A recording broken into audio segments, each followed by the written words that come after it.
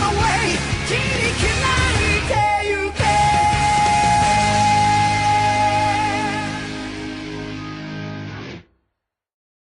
Hello everybody! Infernape Shinjo here, and welcome to today's video. At the time that I'm recording this, I have officially hit 100 subscribers on my channel. And thank you, each and every one of you, for subscribing. So then I started to think, what could I do for a 100 subscriber special? When I hit 100 subscribers on my previous channel, I did a what kind of Pokemon are you quiz online, which is very long gone now because that channel was taken down, which might be a good thing considering the quality of it. But I figure that since my direction for this channel is going to be more anime based and a little less Pokemon based, but still heavy Pokemon content on the channel, I figured my 100 subscriber special would be me talking about anime. And out of all the anime that I watch, really the one that I love the most out of any of them is Slice of Life. Now I know that Slice of Life is a bit of an iffy topic for a lot of people. I know that a lot of people don't like Slice of Life. They like more action, horror, psychological, stuff like that, and don't really like Slice of Life because there's very little character development in a lot of them, and really, as the name suggests, it's just day-to-day antics with these characters. But there are a lot of Slice of Life that I have watched, and a lot of them that I really love. So today I'm going to be counting down my top 10 Slice of Life anime.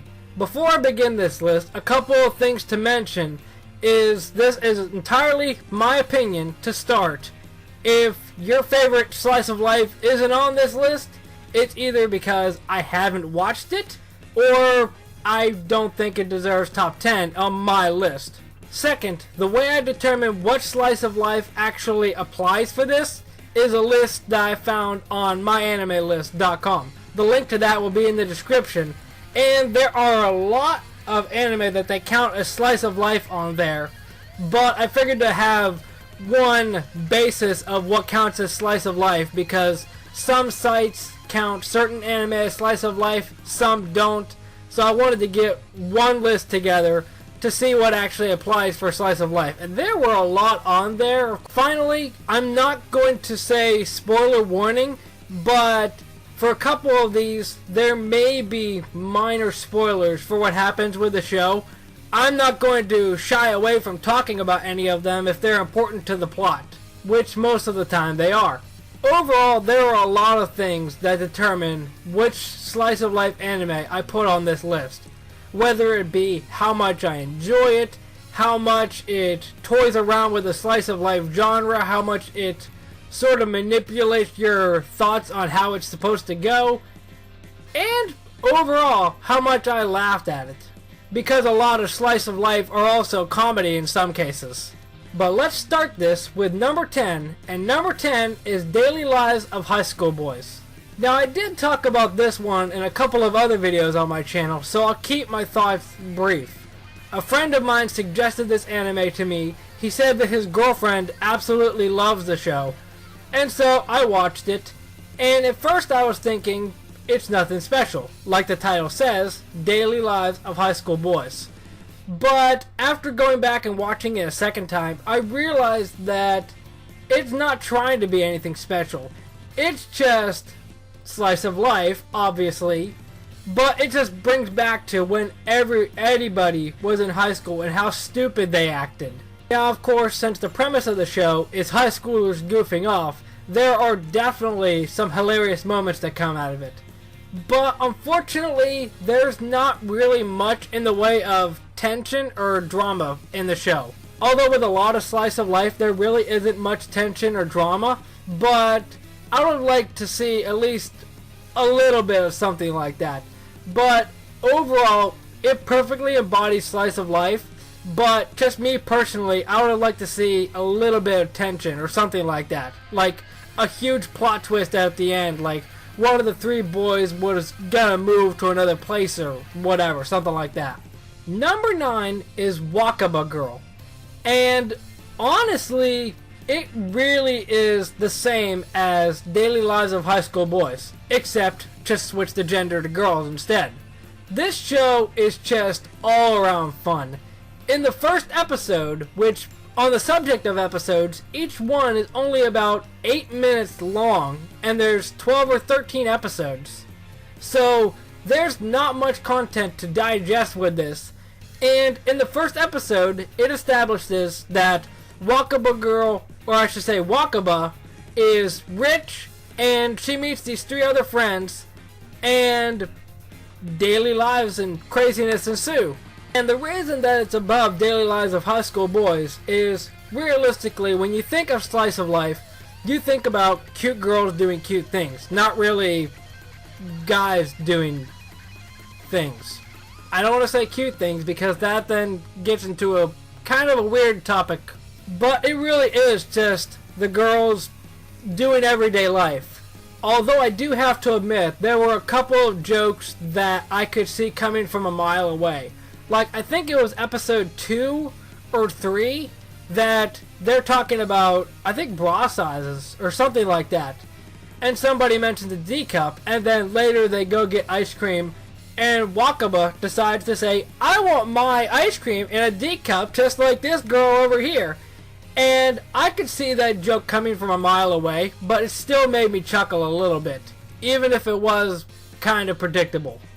But just like Daily Lives of High School Boys, there's no real tension to build up, although I guess you could argue that Wakaba thinking that she's going to move out at the end of the series is kind of tension, but from what I remember from the show, it's already established that it's just a misunderstanding even before everything happens. So there's no real tension of, oh, is she actually going to move? I don't know. I don't really remember exactly how that went entirely. That's how it's going in my head at the moment. But overall, it just did the slice of life genre a little bit better than Daily Lives, in my opinion. Especially with a shorter runtime. Number 8 is Clannad, and to an extent, Clannad After Story, because they're both interlocked at this point, but one show carries over to the next one. Now, while the last 2 anime were basically just friends goofing off in high school, Clannad actually has heartfelt moments and tension build up, with Nagisa basically being backwards, even meeting the main character who I can't remember off the top of my head, but just her development of how she starts being shy, not wanting to be the leader of the club that they make, even up to the point of them getting together, moving in, having the kid Ushio, not even getting into that stuff, but it just mixes heartfelt moments, sad moments, and even a little bit of comedy with the whole thing of Sunohara basically being the human punching bag. And it just mixes it all together perfectly for me. And overall, I really enjoyed the plot of Clannad. But the reason that it isn't any higher than number 8 is it took a little bit too long to wrap it up, at least in my opinion. And it's only like one scene in After Story that mentions the whole thing of how they bring Nagisa back to life and everything goes back to the way it was with the wishes and stuff like that. Unless they did show the little stars or something at the end of every episode that I just missed it. It's been a while since I've watched Clannad, so my memory on it isn't exactly fresh. Number 7 is New Game. And this is actually weird because on another couple of lists that I made already, New Game was number 1, and now it's all the way back at number 7. I guess that just shows how hard this list actually was for me to make. But the reason that I like New Game is it's slice of life, but it takes a different spin on slice of life. Because for the most part, it's just guys and girls in high schools. But with New Game, it's actually adults in the workplace. Now, I'm sure that it wasn't the first slice of life to focus on adults, or the first slice of life to be in the workplace, but it was the first one that I was introduced to. And how every character has that thing that they're associated with, like Alba being the new girl, Hifumi being the backwards one that has Sonic the Hedgehog as her pet, even though it's not really Sonic. The one girl basically being a weapons person. I think they have an official name for it, but I can't remember. And the other one, I think she has a younger brother or sister and is self-conscious about how she looked in high school. I can't remember. A lot of these on here I might be making up as I go along because it's been a while since I've watched a couple of these. So if I don't say everything as accurately as I mean, then it's nothing personal. It's just my mistake. But I just like how New Game handles everything, especially in Season 2 when Alba has the chance to work on the new game alongside her role model, but there was that whole thing of Alba, I think, getting a free pass or something and being able to make the game without having a competition against her role model, and she figured, no, I'm going to have this competition to prove myself, stuff like that. I can't remember how that went either, but I just like how they left the ending of it so open-ended that it's just like, oh, role model is going to come back and Alba is going to be in charge or something like that. I'm sure there's a group of people online that are still waiting for New Game Season 3, and honestly, I think I'm starting to be one of them. But honestly, I just like the show.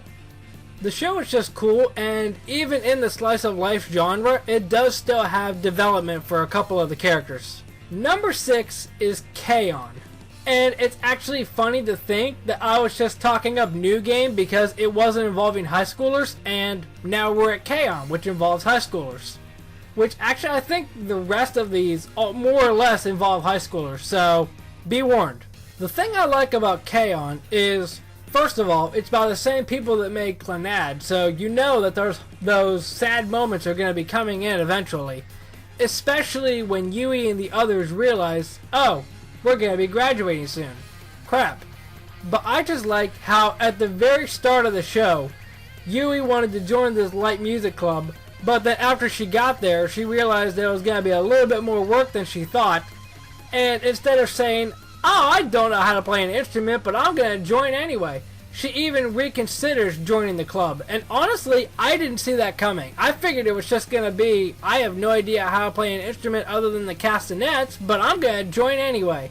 It wouldn't have been that much of a difference, but I feel like it would have skewed my thoughts on it a little bit, just for her to agree, just to go along with the plot. Because that's what a lot of anime are about. It's just like, oh, here's the main character, they have to be the focus, so everything's got to revolve around them.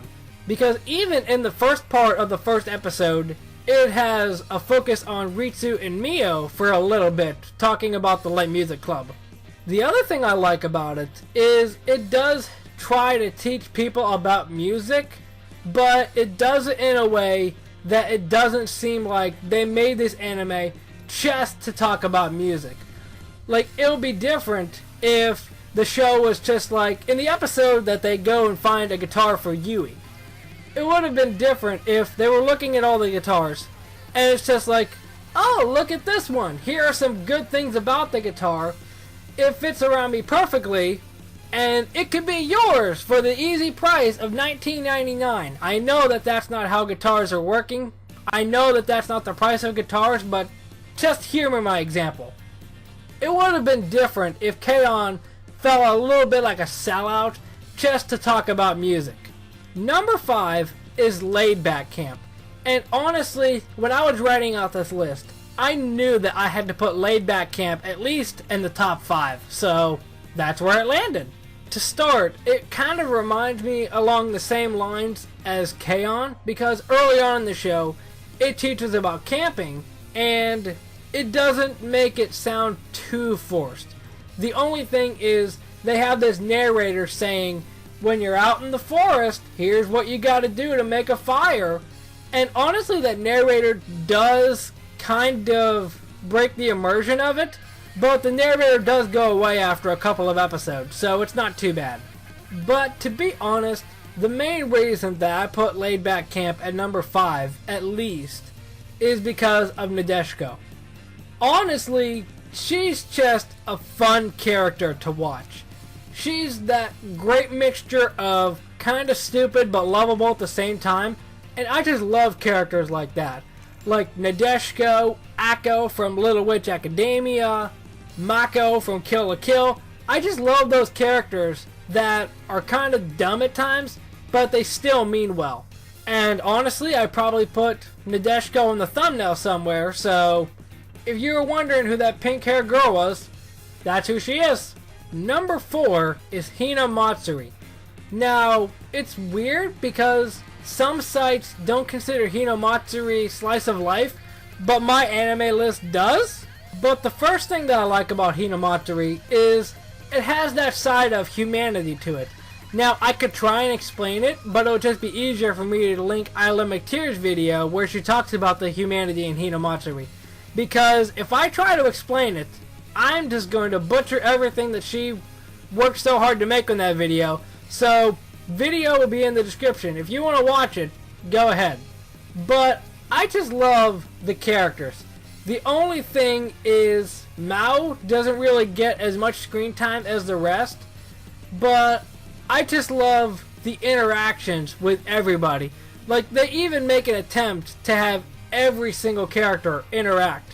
Except for Mao, because she's on a deserted island for half the show. I especially love when Anzu first appears and challenges Hina.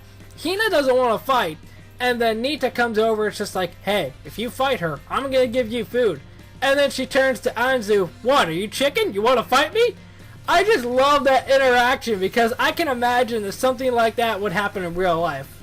Obviously without the powers. But overall, like I mentioned before, some slice of life doesn't have development in it, but I just love how Anzu has character development, admittedly the most character development out of everybody in the show, where she goes from arriving in the world to living with the homeless to living with an old couple, finding out that she doesn't have to worry about money anymore, and that smile through all the tears that she's making in that episode, that just broke me.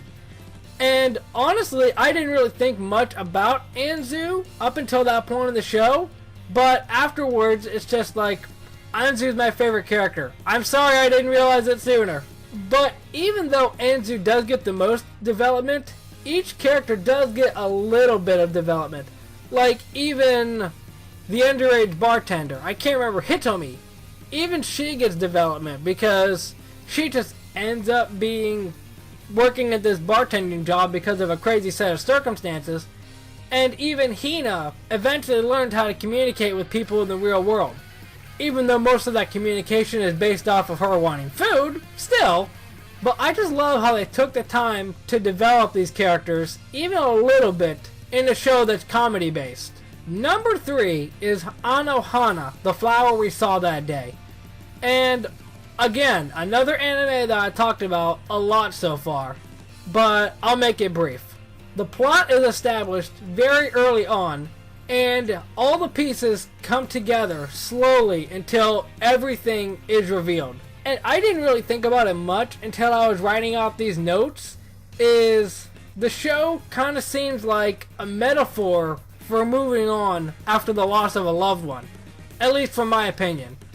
Because each character has that little part of them that is shown through the loss of Menma and how it's shown differently. Like the one kid, I can't remember his name, not Popo, the other guy that dresses up as Menma in that one episode. His is just like, can we stop talking about her already? And everybody else thinks that Jinta's crazy because he sees her when nobody else can. But even at the end, when everybody breaks down and says, I'm the reason that she's gone, no, I'm the reason she's gone, but each character has that special thing. Admittedly, you could probably pick which character is which, because there are a whole bunch of different areas that they could cover with this. Denial, acceptance, regret. I don't know if anybody really accepted it in the show, because everybody was just like, oh, can we stop talking about this? I wouldn't really call that acceptance. More like just trying to bury the past and stuff like that. Especially with the girl wearing glasses and her love interest. They basically separated themselves from the group at that point. and Popo's off riding around the world, and that ending scene just gets me every time. Honestly, I think there's a YouTube video that just has that ending scene, and for some reason I clicked on it after watching the show. I don't know why. I guess I felt that I needed to cry that day. But the show is lovely. It has character development, especially with everybody moving on after Menma's gone, and it's just a great show. Normally I would say if you haven't watched it to watch it, but I feel like I spoiled a large part of it, so if you haven't watched it yet and you're watching this video, I'm sorry. Number 2 is A Place Further Than the Universe. And honestly, I didn't write this down in my notes, but you can kind of compare this to K-On! And Laid Back Camp as far as premise goes, very loosely of course, because we have K-On! Wanting to teach about music, Laid Back Camp teaching about camp obviously, and then A Place Further Than the Universe basically saying, hey, go explore the world. But they don't make it in a way that it would seem commercial. Obviously the other two don't as well, but A Place Further Than the Universe doesn't really make it so, oh, here's the price of the boat that we're going to be taking, here's the best boat. But A Place Further Than the Universe does make the lesson clear that you go explore the world, but doesn't hold your hand with just like, okay, here's places you could go to explore the world. Now, I never got the urge to explore as much as other people did after watching it, but I can still respect that, and I can definitely see that. Even the 4 girls, their bonding throughout the show was just cool, because they basically didn't know each other, and the way that they bond is just great. Even the scene, I cannot remember what episode it was, but the scene where Yuzuki, her birthday's coming up, I think, and she's just like, okay, I will allow you to be my friend, or some stuff like that, because she's rich and she doesn't understand how friendship works. And that scene, that episode, I just love that episode, because I cannot remember who says it, because it's been a while since I've watched the show, but I remember vaguely one of the characters basically saying, you don't know when somebody's your friend, it just sort of happens. And that's just a very good message. That's just like, yeah, I don't know how friendship works either. And that scene near the end of the series where Antarctica finds the laptop that her mother had and all those messages are piling up and everybody's bursting into tears, that was a powerful scene. But number 1 is Gakko Gurashi. It's been a while since I've talked about this show, so let's talk about it again. And Gakko Gurashi just takes that slice of life genre and basically says, you think this is how slice of life goes? No. We're going to show you. We're just going to flip it on its head. We're going to show you how slice of life is. Because the first episode just starts off like any other anime. But then, after the zombie outbreak is revealed at the end of episode 1, it just hits you with wondering, how did this happen? Why did this happen? How are things going to move on from here? Even in one episode, I appreciate how they actually question how far the outbreak has spread. And the ending of it might seem a bit weird at first, with Yuki basically going over the loudspeaker saying, hey, school's done, you can go home, and then they just go home. But considering what was foreshadowed in the show already, that even though they're zombies, they do still retain their memories, that's cool how they foreshadowed that and how they concluded it. But that is going to do it for my top 10 slice of life anime, and I hope you enjoy. Make sure to leave any slice of life anime that you've watched that you like down in the comment section. I mean, honestly, you don't have to leave slice of life anime that you like down there. Just comment anything down there. Although I feel like now there's gonna be that one smart aleck that just literally writes the word anything, but whatever, it's fine. Make sure to hit that like button if you enjoy, and make sure to stay subscribed for any videos that I'll be posting. Once again, thank you for 100 subscribers, and I will see you in the next video. Momentai. Bye bye, yes.